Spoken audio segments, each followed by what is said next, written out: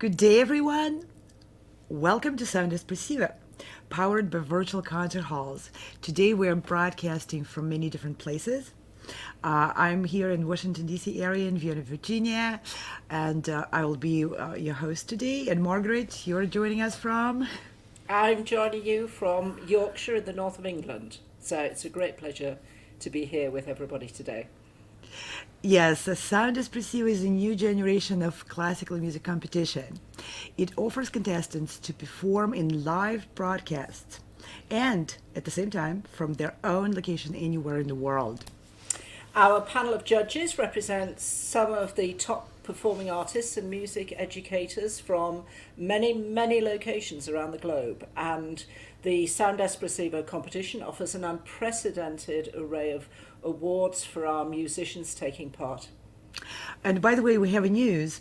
If you go to the prizes page of our website, you will see there is a new additional prize had just been offered, a full scholarship opportunity for a cellist to attend summer programs in 2021. Wow, And that's the companies, terrific. companies are still joining our competition project and continuing to offer more and more opportunities for young musicians. This prize just came on board this morning, and I'm happy to announce it. That's great. Lovely. Our guests join our programs from their own locations as well, around the world. They bring and share their musical gifts, their expertise, and they are experts. Their personalities, they share their vision for the future, their dreams of today. One of the things that we're trying to do here that we're looking forward to is hearing and presenting to you our guests' opinions. And we hope that you, our audience, will benefit from hearing such a diversity of different views, some of which may be conflicting views on classical music, aesthetics, business, and any other topics which may come up throughout our programs. Welcome to our live streaming podcast. Meet the judges, music promoters and managers, music educators from around the globe. No matter where you are or who you are, music connects us all. We started with a dream, but now we are paving the future. Welcome to the Sound Espressivo Global Competition. Fully virtual, yet bringing musicians closer together than ever before, now on a global scale. True live, inclusivity, diversity, connection, community, an extraordinary array of judges. Get noticed by companies all over the world. Prizes, scholarships, performance opportunities.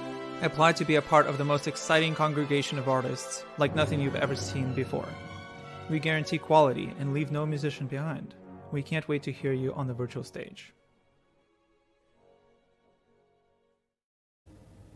Our guests today are four incredible musicians, performers, educators, but most importantly, tireless supporters of the young and upcoming generation of musicians. Yes, we're grateful for all their work and for their input in finding solutions to difficulties. We all know the difficulties we're facing now, to overcoming those barriers and in helping musicians, and especially our young musicians, stay active, productive and creative in these very challenging times. And we'll be introducing our guests one by one. And just to give you a little overview of the flow of the program, after initial introductions, please stay tuned for a panel discussion about very important current topics. Yes, indeed. So, first of all, I'm absolutely delighted to introduce Cara Hanson-Hajjafari, who is a voice teacher, piano and voice coach who provides music education at Hanson-Hajjafari Music. And Cara, you're joining us today from Austin, Texas. So hello from the chilly north of England, all the way to Howdy you in from Austin, Texas. It's Yes. 70 degrees where it's always Oh, sunshiny. don't. Oh my goodness. Get her off. I don't want to hear it. So this is, yes. So Cara, welcome. Thank you. This is a chance for you to share about yourself, and also about how you've been working, how you've coped with the pandemic, with your own professional work, and also engaging with your students. Our viewers would be really interested to hear how you've been managing that. Absolutely. Well, thank you so much for your time, for having me on this wonderful panel. I'm so excited to be here. So back to the pandemic for my studio. I've been teaching online virtually through Zoom and Skype since 2010 because I've done quite a lot of moving. And so I have clients in Boston and New York, and I have students in Dallas, and I have them, throughout Houston and Texas, different parts of Texas. And I just needed, to be able to teach everywhere and not have to fly everywhere. So I went to Zoom and Skype full time in 2017. So the pandemic wasn't a huge transition for me, but I was teaching online here virtually. I was teaching in person, at a school, and there was 30 teachers, 500 students, and they had no idea what to do. And so I actually spearheaded the effort to transition Northwest School of Music, one of my finalists is from there, over to completely virtual, and we were able to successfully do that and train all the teachers on how to do that. So it was smooth sailing after March, but it was a little rocky. But I'm also a professional voiceover, so I do all of my audiobooks and all of my commercials and things like that from my own studio setup here. I have all my gear here. So for me, I was very fortunate, I feel like. I had already kind of embraced the online and technological side of music, so it wasn't a huge change, but I was really glad to help a school, transfer. No, that's terrific to hear. So you were actually ahead of the curve. We're all talking about the steep. Everyone's so fast. We talk about it's been a real learning curve, a steep learning curve, and here you come, and it's like, I've been doing this since 2017, and that's wow. That's really impressive. Thank you. And that's also extremely generous of you to share your knowledge with your colleagues and bring up 500 students and 30 faculty members online so quickly. I'm sure the community of the students and parents were quite appreciative of that. They were so helpful. We made a PowerPoint presentation. Well, with the help of my graphic designer husband, made a PowerPoint presentation. We emailed it out to all the parents, and then we had one-on-one Skype sessions and Zoom sessions with everyone to get them comfortable. And yeah, we only lost 2 teachers, and we only lost about 10% of our students. So it was amazing. And then we've actually had lots of new students, surprisingly, sign up as well. So yeah, my studio is booming. I'm actually more full now than I've been in the last year. So I feel like every bad situation, there's always an opportunity for growth, and this very much has been a growth period. And I'm so thankful for virtual concert halls for this opportunity to have my students competing again, because that's been the missing link for me. My students needed to compete. They strive on competition and recitals, and I was just trying to figure out, what am I going to do with these kids with all these beautiful songs that are prepared? And YouTube, TikTok, Instagram, it's not enough. It's wonderful to have competitions like this that are so high quality. Thank you very much. Wonderful. And Kara will stay with us for the later on panel discussion. Let us introduce Sarah Robertson, who's a flutist and co-founder of Sand Dollar Music School. Welcome, Sarah. Wonderful to have you. And Thank you're you. Joining us from Dayton, Ohio, if I'm not mistaken. Yes, I am. We still have some white snow on the ground. Wow, we have quite a difference of weathers. And here we are in this small room somewhere in the virtual cloud. Yeah. I'm very grateful to meet you all. And can I please have your permission to share your school's fabulously encouraging statement, which I found this morning. I gotta admit, only this morning I looked at it, and it made my day. Oh, we love this. We love this. This is terrific. This is quite terrific. And I'm going to quote, "This is where you get the confidence to create, the skills to succeed, the power to perform. This is the no judgment, all joy zone where you kick it into high gear and level up as a performer, musician, collaborator, and human. Because studying music is never just about music, is it?" And I want to thank you for that quote very much. That's a You're welcome. fabulous start of the day projection. Yeah. to Well, hi- I can't claim it. I co-founded the studio in 2017, and my co-founder Kristen Coffee Rondo she works magic with words, and so she did the copy for our webpage, and I was like, yes, that's what we want to communicate. That's what we want to say. So our hearts are in the same place. Our passion is the same. Kristen works the word magic. So if you can share briefly with us how your school transitioned to this new environment, and how did you help students and parents and everybody else involved, sponsors, donors, other companies involved with your business? Yes, of course. So in March, I was teaching fully in person. I taught at a couple of schools in the community. That's my niche. I teach at various middle schools and high schools, and I had about 35 private flute students, and I was full. So I actually hired a co-teacher to come along to teach the students that I couldn't take, so we could continue having flute students in the $100 studio, and I wouldn't have to turn them away. That was literally 3 weeks before the pandemic hit. And for those who don't know, $100 Music Studio has 3 studios. So we have voice, piano, and flute. Kristen teaches our voice students. Coleman does piano and voice, and Josie and I do flute. So it affected all of us greatly because we're very close knit, and while we don't have a traditional brick and mortar building, we teach in our own areas, and then we fall under the umbrella of $100 Music. So all of us had to quickly just jump onto Zoom or Skype or FaceTime, whatever platform we could find that worked for us.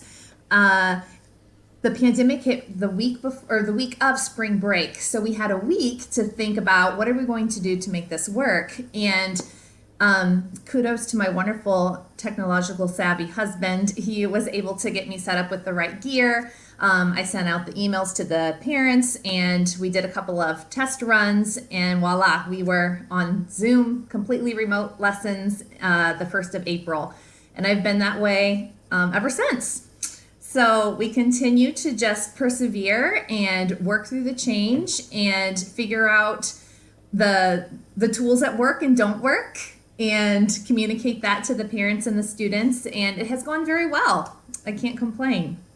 Interesting you mentioned that when the pandemic hit, you jumped in, how are we going to continue? So may I ask, did it ever occur, or did it ever cross your mind to close the school and wait for things to just get back to normal? Oh, goodness, no. And why not? I think it honestly never crossed my mind, but I think if I had, trying to pull the students back in would have been challenging. They were already facing complete school shutdowns and having to be at home. They were already facing having to give up all of their extracurriculars. I felt like this was the one thing that didn't have to change. We could continue with their music education. They could have a safe place to be themselves and experiment with music in whatever way that they wanted. I didn't want to be that school or that business that had to shut down because of the pandemic. That's incredible. It seems we get from our guests more and more feedback that the instant decision was, okay, let's look around for tools, because we are continuing. There's not even a question of if, it's only a question of how. Right. Yeah. And thank you so much for supporting your students and for coming on our program. And we're looking forward to having you back on the panel discussion. May I just ask a very British question here? Because here I am living on an island nation, and I'm 20 minutes away from the coast. I got a lot of. Do you have a lot of sand dollars in Dayton, Ohio? We do get asked that a lot. Yeah, I'm thinking, my geography's a little vague, but I'm thinking, it's a great name. let me share the condensed version of the decision behind our name.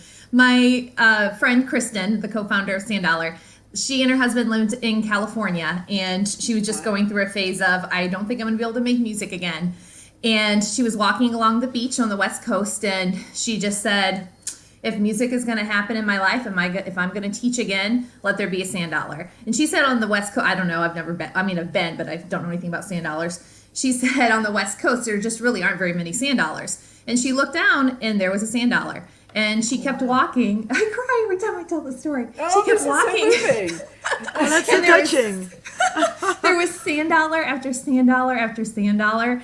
And she and her husband's military, so they've moved quite a few times. And she said in every move, like a sand dollar might get misplaced or get broken, but she still has this huge pile of sand dollars that I have seen. And it's just a constant reminder to her and I, even though I didn't know that about her in that season of her life, I was experiencing the same emotions and feelings at that time because we were going through the same life seasons. Just how powerful music is in our lives, and how when it's something we're passionate about and something we love, we make it happen and we continue even in the hard seasons. And she needed that reminder right then. The Lord brought it to her, and here we are making music together and starting a studio. Oh, that's fantastic. I'm quite moved as well. I'm so glad I asked. Thank you. Yeah, I'm so glad you asked, Margaret. I'm very, very moved. What a wonderful, beautiful, encouraging story. That's just lovely. And we'll be back with Sarah, and let's introduce our next guest. Yes, indeed. So our next guest, who we're very, very pleased to welcome here, is Janette Zahia Corcelius, who's a general music educator from the Mantua Elementary School, which is part of the Fairfax County Public School System in Fairfax, Virginia. So not so far away from you, Anna, I think. I think we're neighbors. I think you must be. Yeah, see, my geography is not that bad. Well, that's why you're the one introducing, huh?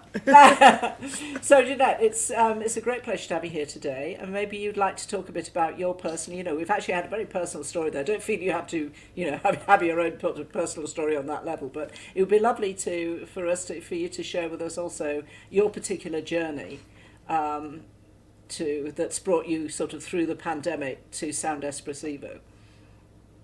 So we closed back in March, and there was a bit of a time where we were waiting from our county to hear what was going to happen. The schools did close, and we had trainings that we had to do to get ready. And during that time, I had a lot of resources ready for my students because I wasn't sure what was going to happen.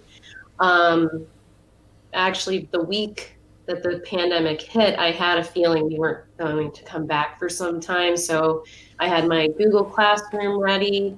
I had a lot of packets at the ready. My students were still able to practice and learn about music and connect with me. And I was able to connect with my parents through email and phone. So when we found out that we were going to be teaching virtually, I was already ready to do that because I had a lot of resources in the way of music technology. And over the summer, I actually worked with an organization called Light the Music. They were working with music educators like myself to bring forth new technology and curriculum tools for us. So that was really cool. And we had a virtual summer music camp, and I was a part of that. And I had some of my students from Mantua and Lemon Road come to the camp. I also had some students around Virginia.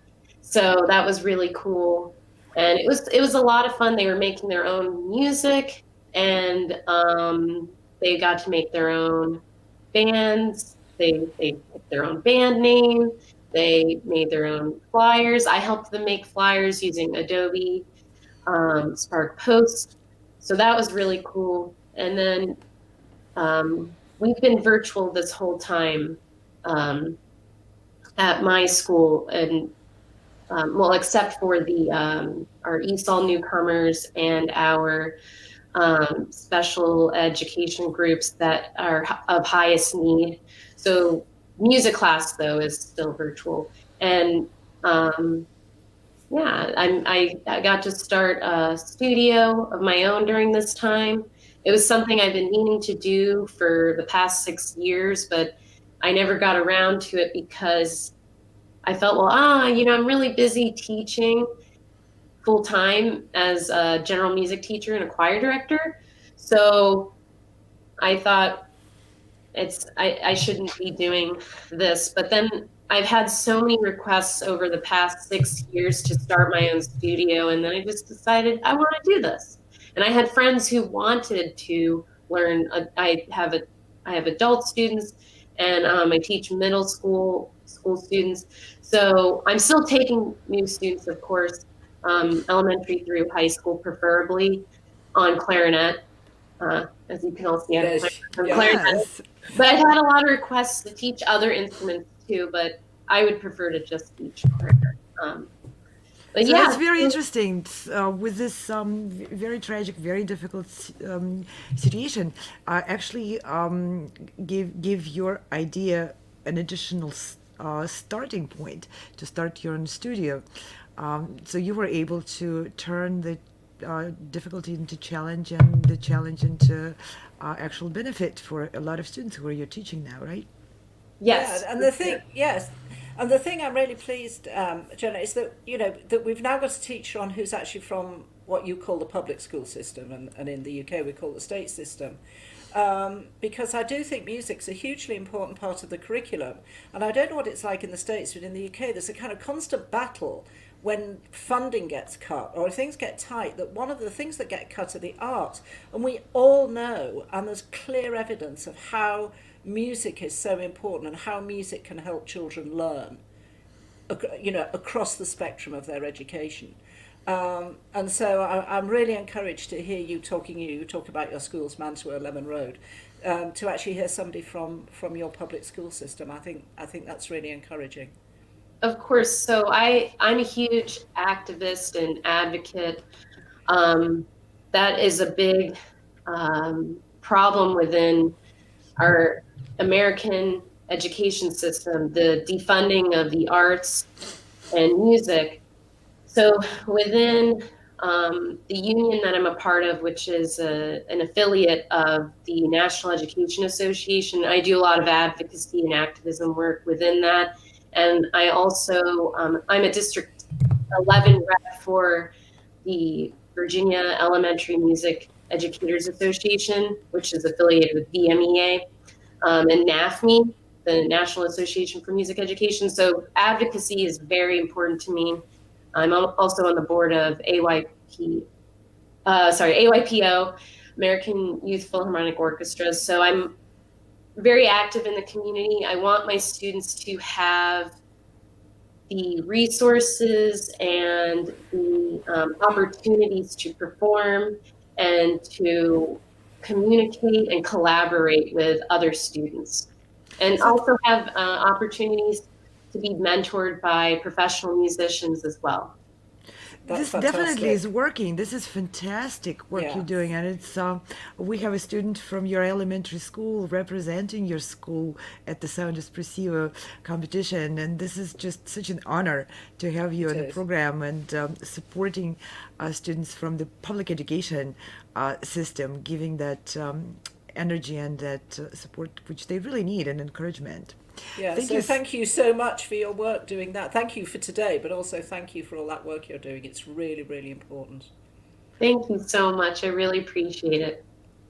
Yes, and we will have you back for the panel questions after we introduce our next guest. And it's my honor and pleasure to introduce pianist Jeffrey Lavner, faculty member of the Colburn School of Music. Welcome, Jeffrey. It's so great to have you here. Jeffrey is the chair of the piano department at the community school and co-coordinator of keyboard skills for non-majors at the conservatory. And you're joining us from Los Angeles, California. Am I right? And it's beautiful outside. Oh, yeah. By the way, I am going to apologize ahead of time. I have some construction going on here, so if you hear some crazy noises, Then we'll know just that's not ignore you them. banging at the piano Yeah, next to that's you. right. Thank you, Jeffrey, so much for joining us. And Colburn School is one of the highest professional schools in the LA area, is really so focused on the performing arts of the highest caliber. Please share with us a little bit how you personally and the schools, which you're on the leadership team for those schools, how you are coping with the situation and looking forward. Well, it's been a wild ride. And I can remember that's one of those dates, burned in your brain. It was March 13th, 2 days before my daughter's birthday, where we were shut down, basically. And it was a shock. I had not been doing any online teaching. In addition to my private teaching, and I have about 20 private students under high school, high school and younger. I also teach the college keyboard harmony classes and the academy. And so it was different challenges across the board for the different age groups. But we adjusted pretty quickly. And actually, I've been really kind of shocked at the progress of the students. I mean, I don't think I've been teaching at Colburn. I started 100 years ago, actually, I think 1982. Oh, really? Yeah, 1982, actually. Are you sure it was established then yet? Actually, Colburn was established in the 1950s, so it's been around quite a while. We weren't called that. We used to be the prep school for the University of Southern California. But what I noticed when we started this pandemic, the kids' progress, the younger kids, I'm talking high school age and younger, the progress was faster than I've ever seen in my entire career. And I think the reasons were pretty obvious, actually. They didn't have anything else to do. And maybe they stopped spending enormous amounts of time in car rides. Yes, car rides. Certainly in Los Angeles. Yes, but really, it's for kids. It was the sports activities after school, the classroom, the busy work got a little bit less in the schools. So the practicing time went up, and the kids. I haven't seen, like I said, I've been doing this a long time. The progress was faster than ever in my career. And that's one of the reasons I was glad to see Sound Espressivo pop up. And I have to say, it was brought to my attention by Mika Yui, one of our faculty. You guys had done some work for the Colburn School, I think, for our big gala with Esa-Pekka Salonen. And the sound quality and everything was fantastic. I mean, it was state of the art. And Thank you. We try our best. We're a musician, so we have the ear for it. And now this setting is not quite where we want it to be.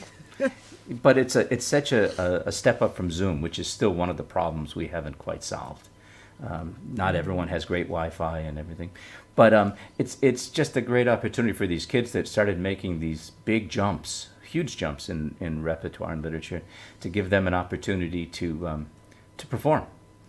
Because like any musician, you never really quite focus till you have a performance. You can practice a lot, but until that date becomes ingrained in you, it takes it to a different level, the brain and everything. So I'm grateful for the opportunity for the kids, and we have quite a few from Colburn participating, and it's exciting. It's not Zoom, so the sound quality is better, and I think everyone appreciates the extra effort in the setups and everything like that. Yeah, Thank you. I think it says a lot about your students and also the students' commitment to music, because I don't know about you, but I certainly found, you go into lockdown or its equivalent, and you think, I've got all this time, I'm going to learn tube and throat singing and, and all the things you think you'll do. And actually, I know a lot of people I've spoken to have found it actually quite hard to find that mental focus. And so I'm very encouraged that your students obviously have still found that and thought, yes, we can use this. There is something we can engage with, and that's a real positive. Well, one of the things that we still do is still have studio classes regularly, still have Friday night recitals at the school, but these are all Zoom, and we have our own technological challenges. Sometimes we've had performances where it sounds like it's in a hurricane. Oh my God! Yes. And so it's, but it's still effective. I mean, don't get me wrong. I still appreciate all the opportunities for those kids, even if sound is not perfect, to polish a piece and get it ready for performance. So this is just another tool that we have at maybe a higher level quality of sound, and a way to present them in a different setting than they may be used to.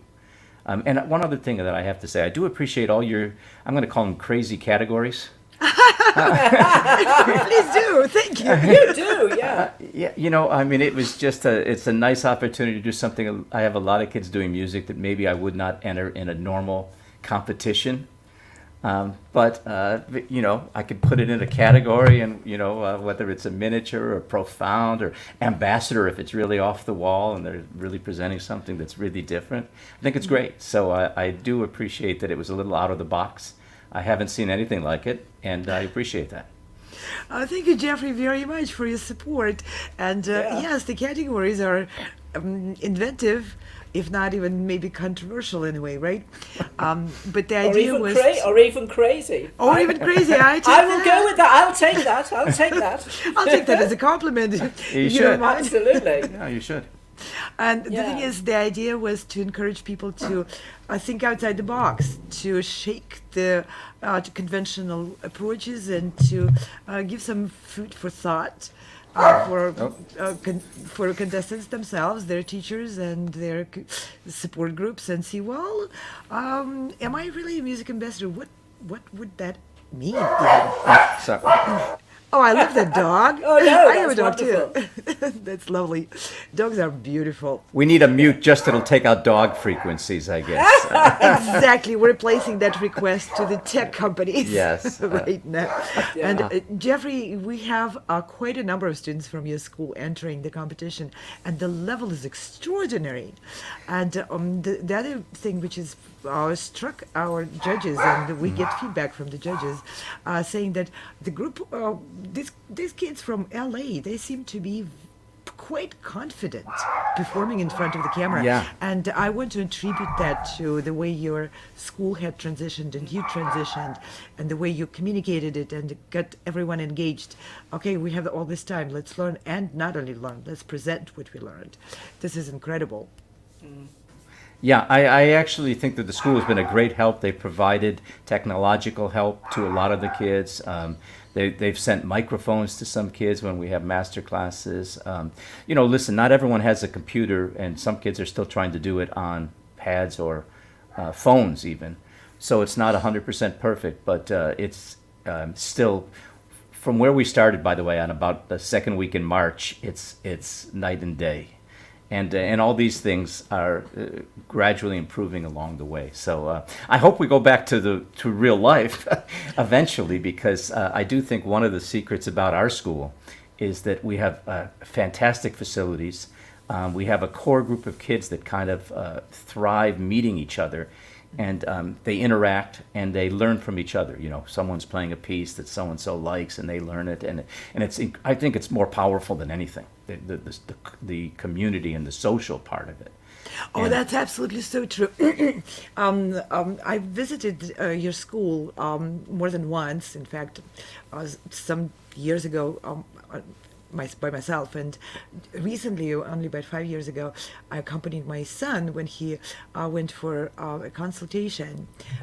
He eventually ended up in Juilliard, and I was always a little regretful that he didn't go for Colburn, because I just loved the school, the facilities, and that feel of a very tightly knit community. But he was a young adult at that time already, and bullheaded, his own man. He made his own He could choices. still come for a master's. Exactly. Yeah. I will tell him that. Well, he can try for the audition, of course. Not to say anything bad about Juilliard, but Juilliard is more the kind of school I'm used to. And when I went to Moscow Conservatory, and that was a very unique feel at Colburn, and I just loved that. And I loved Well, your especially cafeteria. for the community school with the younger kids, it's very powerful, because they may not have other kids in their public school that practice 2 hours a day and think music's important. So here there's a light group of kids. We have over 300 piano students of young ages that just kind of meet together. We have monthly workshops, and it's really a chance for them to bond. Yeah, Absolutely. that's quite the choice, though. Juilliard or Colburn, New York or Los Angeles. I've lived in both New York and Los Angeles, and I love them both. I'm quite unusual. I'm a European who loves Los Angeles. I think it's the most fabulous city. But I tell you what, your climate beats New York absolutely, hands down. I'm an ex-New Yorker, I know. So you know what I mean. I mean, Yeah. the thing I love about Los Angeles as a British person is that I think it's a very uniquely American city. There's the East Coast. I've lived mainly on the East Coast, and it always has that kind of hankering for pedigree from Europe. But Los Angeles doesn't care about Europe. It's like, This Yeah. is what we are. I think it's fantastic. The Yeah, if light, anything, we oh, have it's wonderful. maybe a little more Asian influence than the Yeah, other I think part of that's the course. right. So, but I think what you're saying, it's a real tribute to your leadership, of what you've done. But I think it's also a tribute to teachers as a profession, that over the last 3 days, this is what we're hearing again and again, how teachers have just got that incredible commitment to their students. And I always say teaching is an act of loving generosity. I've taught, and I taught in Germany, I've taught at Harvard, and I always feel that teaching is an act of loving generosity. And I think that's the feeling we're getting again and again in all these interviews. And it's really uplifting. I think it really is. And very Thank you, energizing. thank you. Yeah, thank you all Yes. so much. Let's bring Yeah. our other guests back to join our panel discussion, and please feel free to pick our questions and pitch in your comments. First of all, we would like to congratulate the students Absolutely. which represent your studios and schools on their tremendous success with advancing to the semifinals of the competition. I didn't judge the preliminary rounds, but we had quite a bit of feedback from the judges panel who were judging the preliminaries that the general level is stunningly high, and they had a hard time eliminating contestants from being able to advance to the final rounds because everybody were so well prepared, so passionate, and such impressive performances which they gave it during the preliminary auditions. And the first question I wanted to ask, what types of conversations did you have with your students about this competition, or maybe about competing in general in the current situation? And what would it mean for them to enter the competition where they would have to perform live in a public setting eventually once they make it to the public rounds? And maybe we'll start with Jeffrey, with you, and go on. I thought it was timing was good when this was brought to my attention. That and it always helps to have a colleague bring something to my attention because we do get bombarded with things, and so it's always nice to have word of mouth about you guys and the good job you do. So I think timing wise it was perfect because this really came, I guess, really around October. We started really focusing on getting some pieces ready for different things. And timing-wise, it was perfect for it. And I talked about this briefly, but I think your categories really lend itself to a lot of the kids that were doing unusual repertoire to give them a chance to try out some things.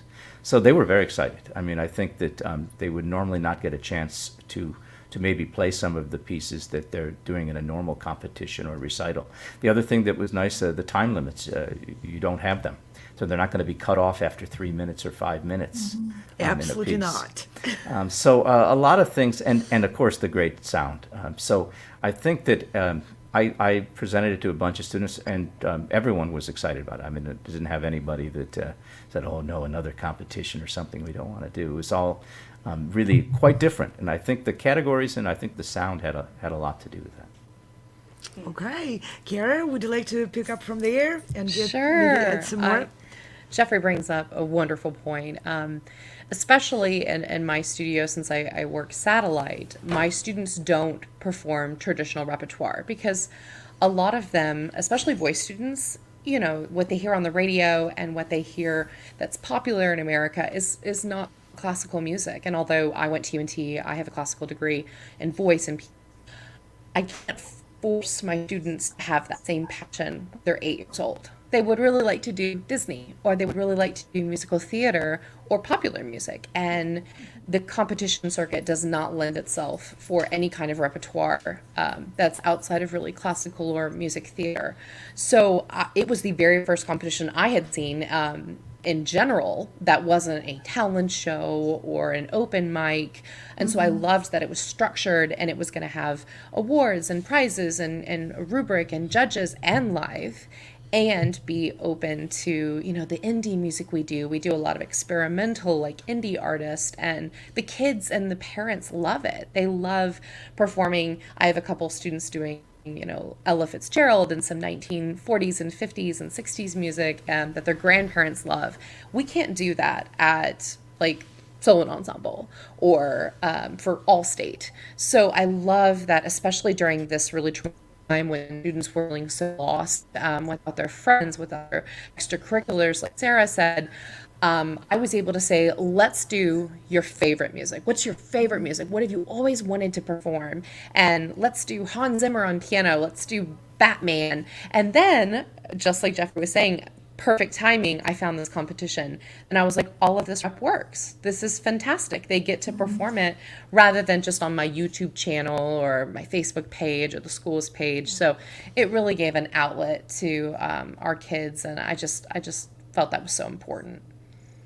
Thank you. I think that's really interesting, the point you make there, because, as you say, traditional competitions are they're quite rigid in what you can do.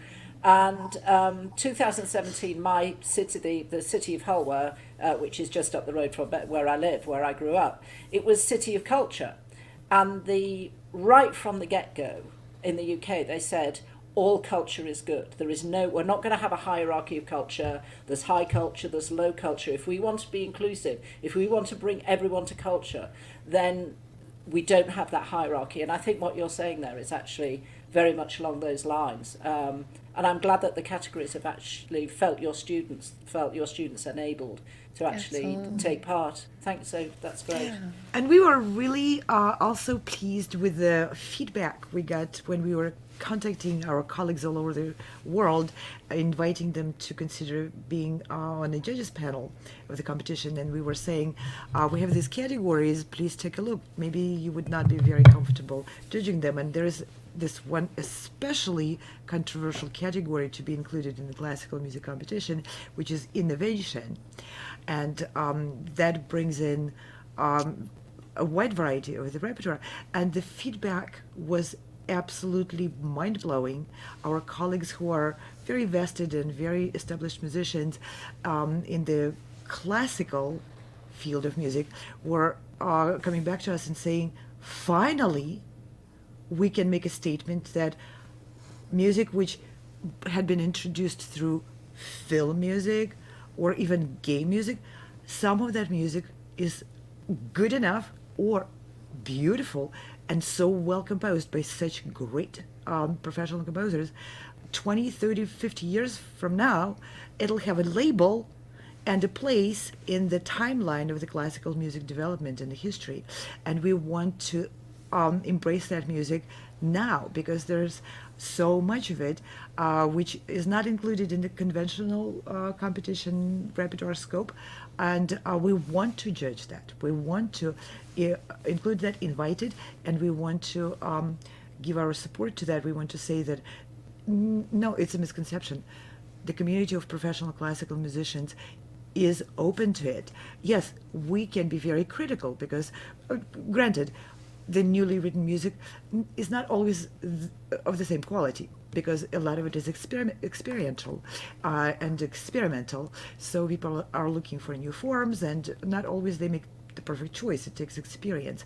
But as experienced and educators and performers and musicians, we have some tools to choose the song which has potential of becoming a classical leader in some years later.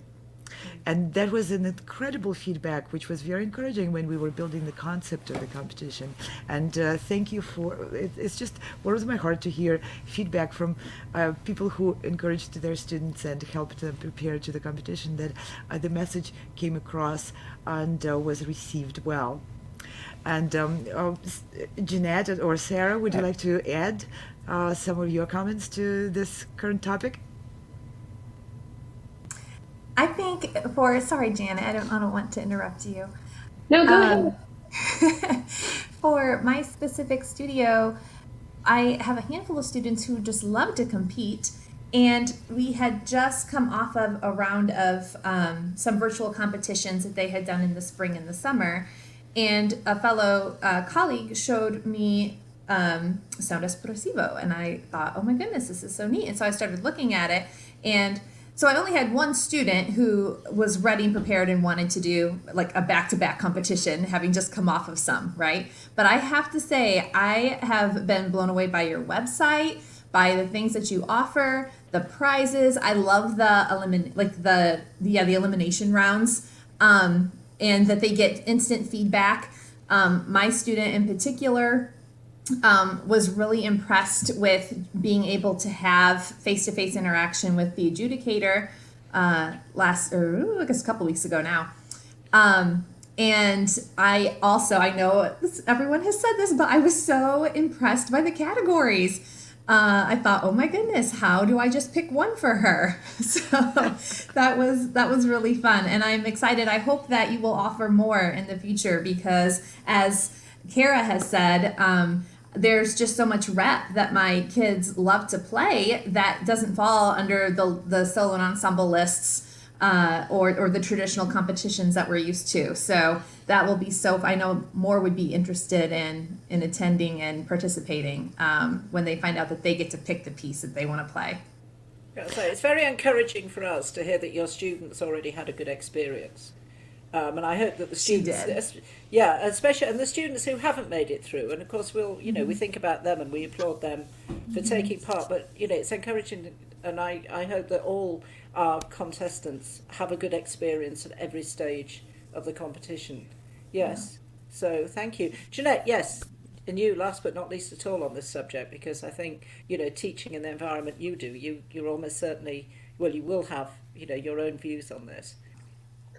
So in terms of having additional categories, I think it is very important as we look to reassess and review how we've allowed music education to be very Eurocentric or white supremacist or just focus on the classical era, the Romantic era.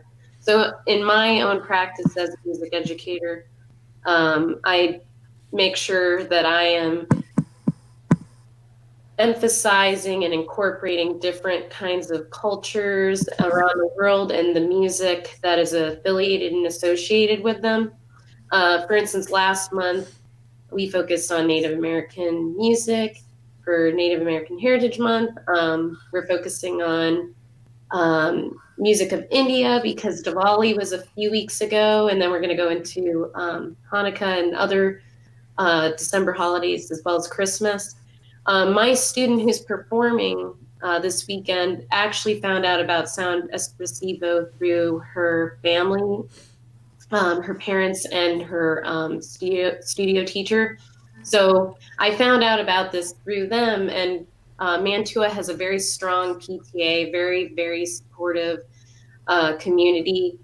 Our school is very unique because we integrate the arts, and our program is very different than even schools around Fairfax County. We don't pull our students out of general music or band and string. So our students are getting way more exposure and experience within music education because of the way we format our master schedule. So yeah, it's just been really great. And my administration at both schools is extremely supportive of music and the arts. And like I said earlier, that's not usual in all across the United States. So I'm very excited to promote this competition for more students as it progresses in the years to come.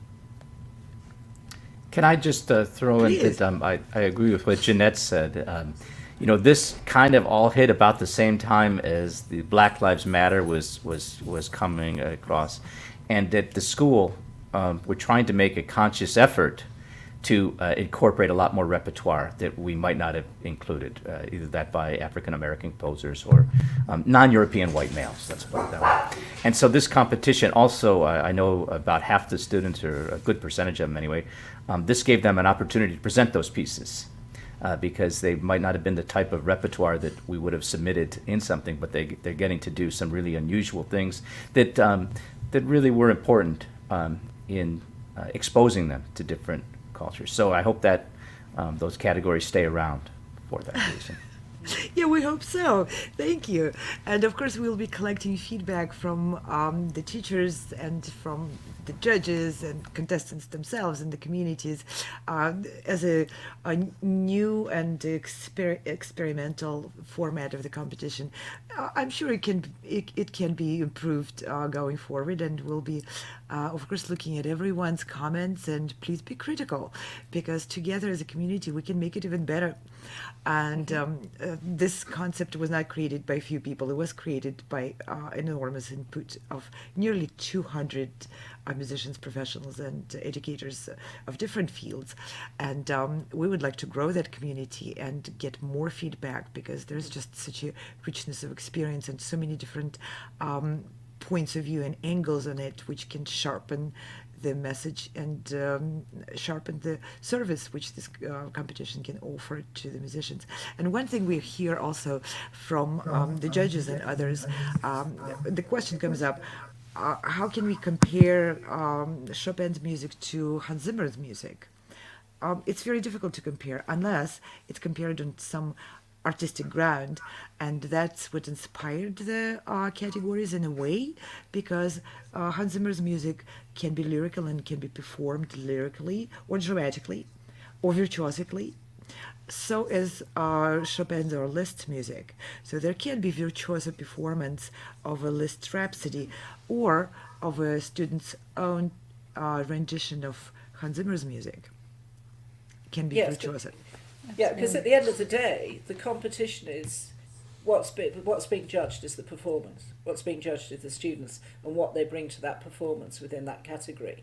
We're not judging Chopin. Chopin's being judged. You won, Chopin, you won. The world already concluded that Chopin is okay. Yeah. Yeah, and if I might add, what you were talking about with Hans Zimmer, fan of any kind of cinematic music or anything that is television or anything pop culture, I would say, because it does lend itself to all of the different things we're teaching our students about dynamics and phrasing, musicality, diction, all the things I teach in my standard classical rep that I've done for 20 years, I can teach in just about any other song. No, I mean, we're not talking about Justin Bieber or anything, there are limits. I'm not talking any kind of, song you can teach. But really, if you think about it creatively, can I teach this 9-year-old in Cinderella how to have phrases that are staccato versus legato? Yes. I absolutely can. And I just wish, Sound Espressivo has found that we need to, incorporate more different styles of music to really reach a broader audience. Because let's be realistic, we're all teachers. We would love for all of our musicians to end up at Juilliard or end up, with professional musicians. I have several singers that are at Berkeley. And with the exception of Jeffrey, I think a lot of the panel can agree, our students aren't here to be lifelong musicians. They're going to be doctors and teachers and lawyers, and they're just here to love music and the time they have with you as their private teacher, which is sometimes a year or less. So I think by creating this lifelong love of music in whatever genre they love or their family loves, we're really, if we were to focus on just a Faber book, we're doing them a disservice, I feel. Yeah, I think that's very true. Because, as you say, I think also this applies to a wider thing, that there is a definite move away from the feeling of the concert hall as being a place for people who come to it with the knowledge, because a lot of people can be put off. It's the idea that you've got to put on your best frock and you turn up to the concert hall and you sit quietly in the dark and you know when not to rustle and you know not to move and you know when to clap. And that can be quite off-putting. And I think there's been a real shift in how we treat our audiences and how we engage with our audiences. And for children coming wanting to do the music that speaks to them at that point, it means they're coming in already comfortable, not being made to feel, oh, there's this kind of great sacred mystery, and if you're lucky, you'll be admitted to it. And I think that's a really nice way to get children, moving in through music they are comfortable with.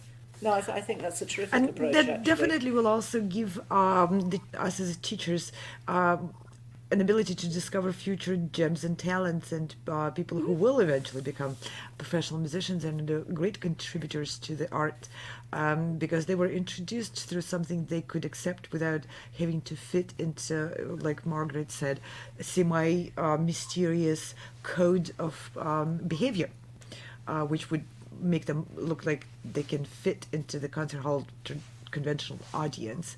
And those people who will feel our offering is more inviting and less intimidating to them, among them, I'm sure there will be more people who will decide eventually to enter the field of music profession and education. I would like to introduce just one more question out of a dozen, and I hope all of you will join us for more programs, because we can never ask all of our questions, and I always feel like these people have so much to say, I want to hear all of it. But I do have one more question which I would like to introduce, and that is about live streaming classical music and jazz and all these other cultures of music. There's of course, always a possibility to record and upload your product, your performance to YouTube or other channels, but live streaming classical music in the real moment through internet means can be perceived as a bit of a controversial approach, because here we are with a camera, we don't have the feedback from the living people next to us, and lots of other arguments. How do you see the future of this form? And I mean after everything reopens and the concert halls gradually are able to again welcome the audience, the live audience in the concert halls, which I believe is going to happen.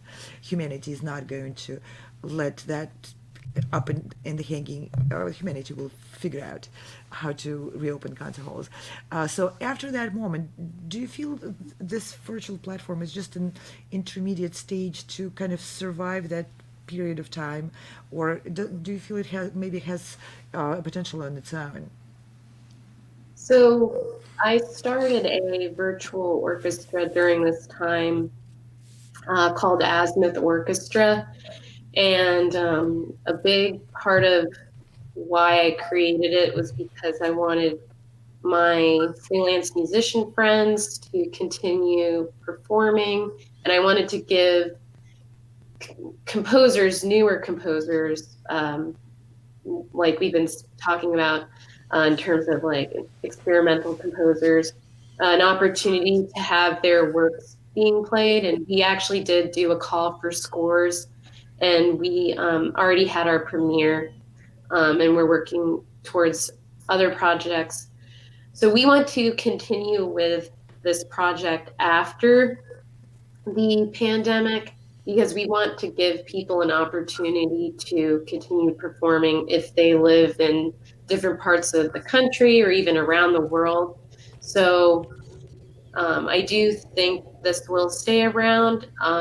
In terms of my students in our school, we've been doing virtual choirs and bands and orchestras specifically within our pyramid. I don't think that's going to stay, because it is a lot of work on music educators to do that.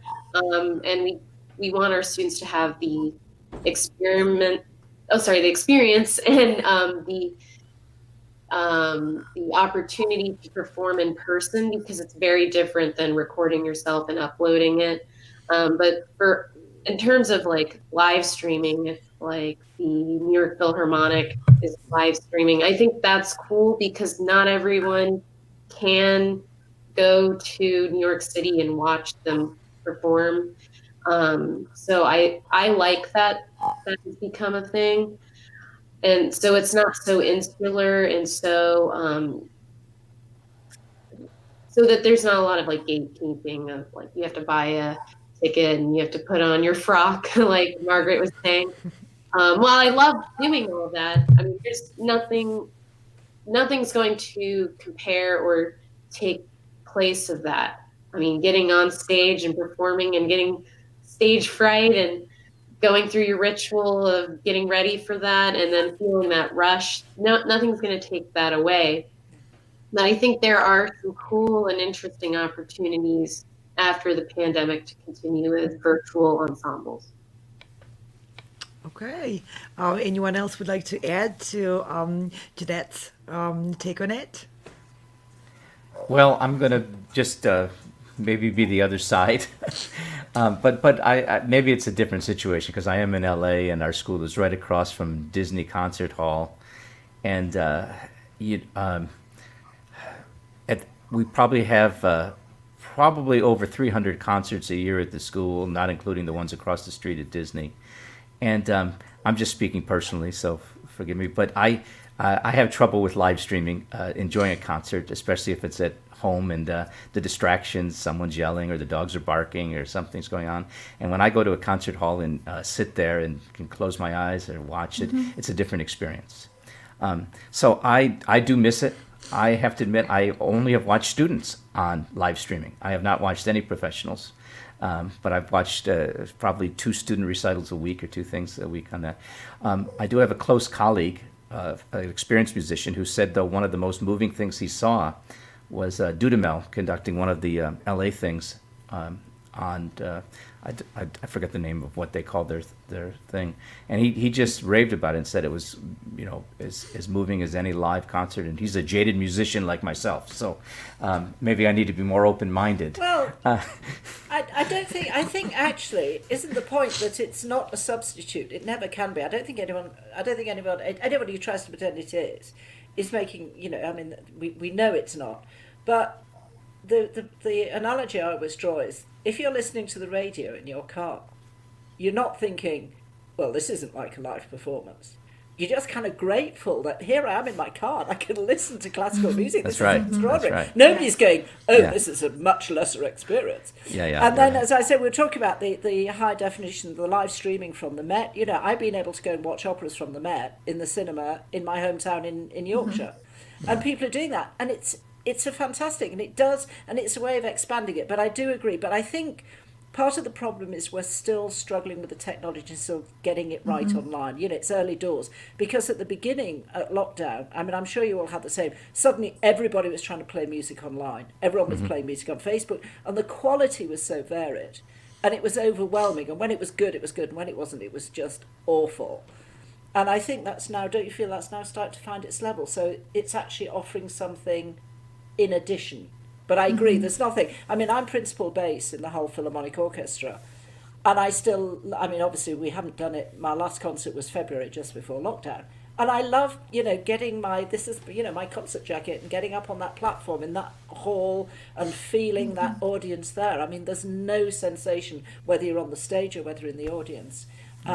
You will never, I don't think we'll ever lose that. We can't.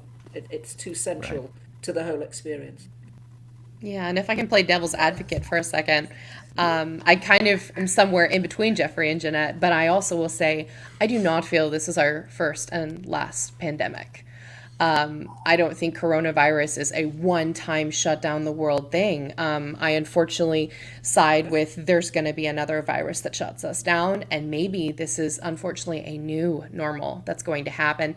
So if we do have platforms that are existing and operating smoothly, what happens at the next pandemic that shuts everything down? And I hate to play devil's advocate like that because it's our lives and it's our livelihood and it's our homes and our families and our world. But if we have one case of illness that causes all of this, that I just can't believe this is the only instance we're going to see in the next 100 years. So next time we'll be prepared, and next time we will have a very smooth transition towards what we need to do. This is something that has going to go down in the record books. It's going to be read about in history. We're going to tell our grandparents, or as grandparents, we're going to tell our kids, I mean, I remember I really feel like it's a moment almost like September 11th, where I remember exactly where I was in that moment. And we will be able to meet the next challenge so much better and so much more well prepared.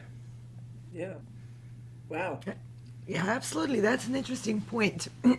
And I just, as you were speaking, I was remembering the time when I was a kid and we had a technician come into our house. My father was a principal conductor of the Yaroslav Philharmonic Orchestra. So we had means in the family to order a phone line to go into our apartment. And that was a big deal because nobody had phones. And I'm not that old, but I still remember that time. And it was a celebration for the whole community of my family and all of our friends, because after that, we had an endless stream of people coming to our house and using that phone line to phone some of their relatives somewhere where they couldn't, just easily go and see those people.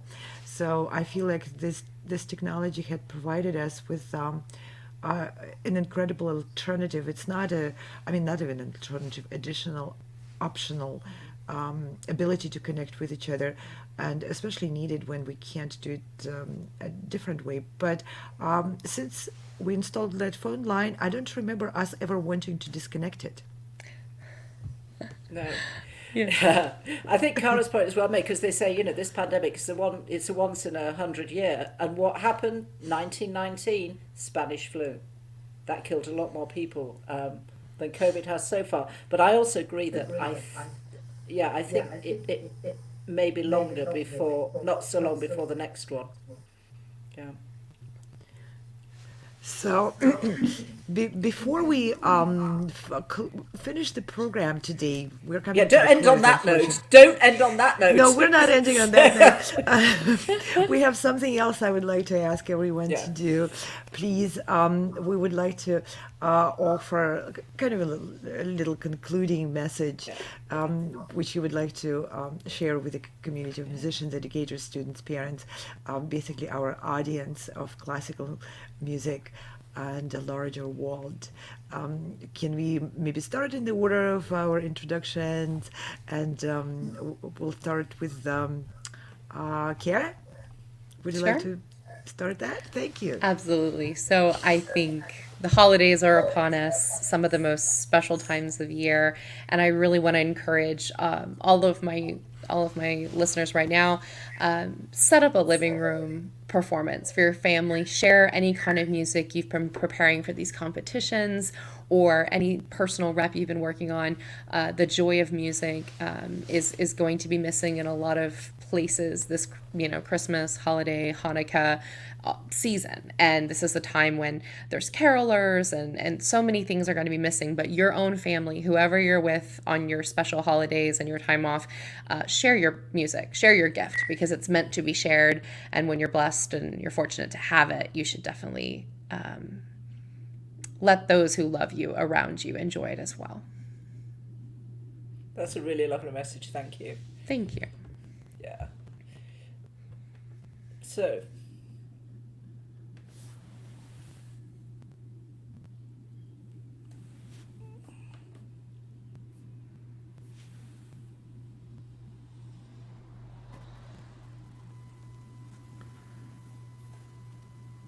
Shall I go, or is anyone on? yes, Jeffrey, go. Yes. Sorry, we just seem to have a little yeah. wrinkle in the tech there.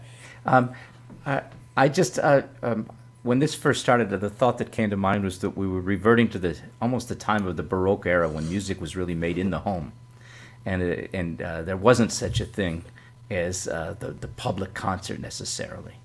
And so I think it's a great time to go back to Bach and all that music that was made just for your immediate, like Kara said, just your family, your immediate settings. Practice music that speaks to you, because it speaks in a voice, and it will keep you going throughout all this. So I think it's a great time to, and another way of saying it, go back to basics and enjoy what we do.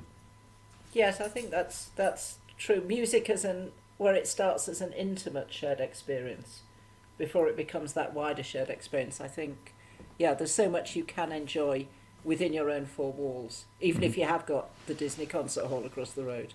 Right. Thank you. Who would like? Yes. So going on to what Jeffrey and Kara was saying, I was going to say something very similar about Bach and the Baroque era and quadlibets. Whenever I teach my students new songs or pieces of music, I always tell them to share it with their families, especially when we're learning rounds or canons or quadlibets or partner songs. I always tell them to share it with their family, teach it to their family members, because we can't do canons and rounds and any multi-part part songs or pieces because of the virtual teaching experience. It's me singing at them and they're muted and they're singing along with me. So it's not the same. So I always tell them, teach this to your family, sing with them, and tell this is where they start and this is where you would start. And I think that's what's been pretty interesting about this time is we can look back into music history and different eras and how music was very integral part of the family and the home. So we're going back to that. And I think it's very important. And, you know, something I think about a lot as a music educator, as time goes on, less and less parents and guardians are saying to their students, whether it's in the morning or at night before they go to bed, whether it's a lullaby. And I'm hoping that this time is showing how important it is to be connected to your children and to your families through music. And yeah, so I really hope that everyone during this holiday season can get together and sing some songs and play music. So yeah. Yeah, I think that's lovely. Thank you, Janette. And then Sarah, we started with such an uplifting message. Your sort of statement of purpose for your that mission statement, Yes. and your story about the sand dollars was so moving. So I think it's really appropriate that we come to you for your message. I just want to validate those musicians and artists who are really feeling the performance loss of this season. And it's real. And so many of us feel it in so many different ways, from losing gigs to not being able to see the Nutcracker live. And I think specifically those live concerts are the things that I miss and my family miss tremendously. And it's okay. It's okay to feel that. As musicians, we are resilient, we are creative, and we know how we generally have big ideas and we know how to get through the difficult times. So during this season, I think it's just so important to find the joy in the music that you make and how you make it. In my house, that looks like four little,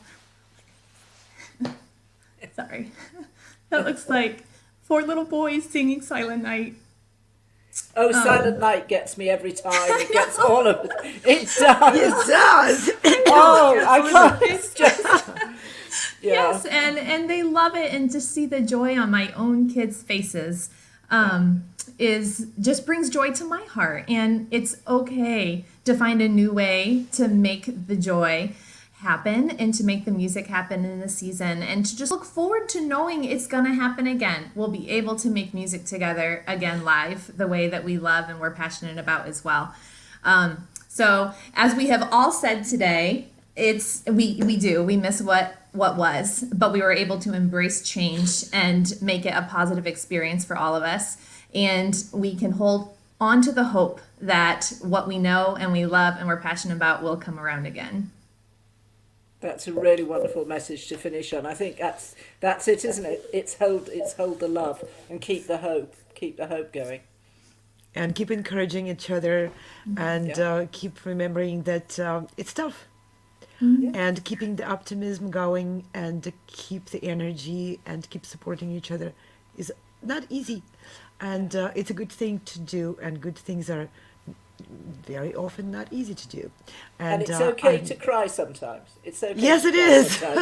sometimes. I've been on that concert stage weeping because it's Right. just such a thing. Music is such a thing, isn't it?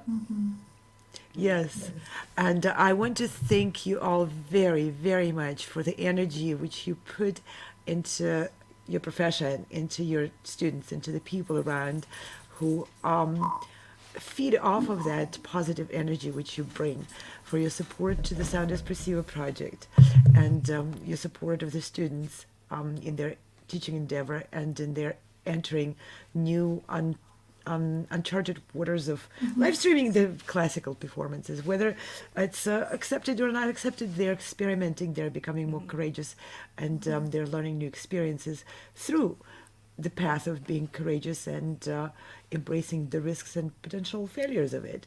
And these are all important life lessons, which I really want to express the gratitude to all of you for teaching your students and going forward. And with this, we will thank also our team of supporters. We have two producers working tirelessly on the background today. Yes. Both are professional musicians who spent the time during the pandemic and the time which they were able to carve out of endless driving in the rush hour traffic, and use the time to learn new skills, embrace new technology, and together they're able to help us produce these programs in a organized and beautiful manner with good sound and picture.